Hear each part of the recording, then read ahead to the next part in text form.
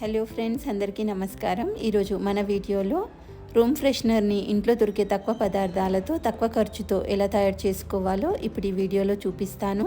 మీరు వీడియో నచ్చితే లైక్ చేయడం మర్చిపోవద్దు. ఇల్లు మనం ఎంత శుభ్రంగా ఉంచుకున్నప్పటికీ కూడా ఇంట్లో బాత్రూమ్ దగ్గర, చెత్తబుట్ట దగ్గర, సింక్ దగ్గర దుర్వాసన వస్తూ ఉంటుంది కదా. మరి బయట మార్కెట్లలో లభించే రూమ్ ఫ్రెషనర్ని వాడుతూ ఉంటాము. అది చక్కటి సువాసన భరితంగా ఉన్నప్పటికీ కూడా ఘాటైన వాసనతో ఆరోగ్యం పాడవుతుంది. అలా కాకుండా తక్కువ ఖర్చుతో ఇంట్లో దొరికే తక్కువ పదార్థాలు, రెండు పదార్థాలతో రూమ్ ఫ్రెషనర్ ఎలా తయారు చేసుకోవాలో ఇప్పుడు చూద్దాం. ఒక గిన్నెలోకి 2 టేబుల్ స్పూన్ల గల్లుప్పు తీసుకోవాలి.